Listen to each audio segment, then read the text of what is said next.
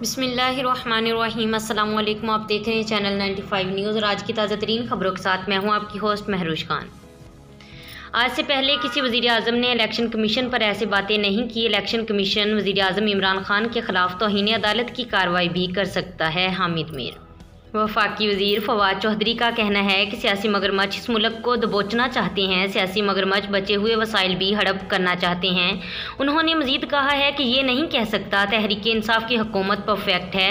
अवाम की तवक्कात ज़्यादा हैं और कारकर्दगी कहीं बेहतर करने की ज़रूरत भी है। हकीकत ये है इस वक्त इमरान खान मुल्क में वाहिद उम्मीद हैं।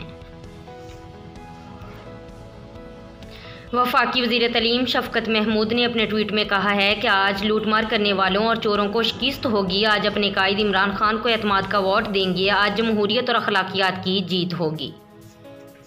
मामले खसूसी वज़ीर आला पंजाब इत्तलात ने कहा है कि करप्शन के रिकॉर्ड होल्डर्स इख्तियार से अलग होने का सोच भी नहीं सकते। वज़ीर आज़म आज एतमाद का वोट हासिल करने में कामयाब होंगे।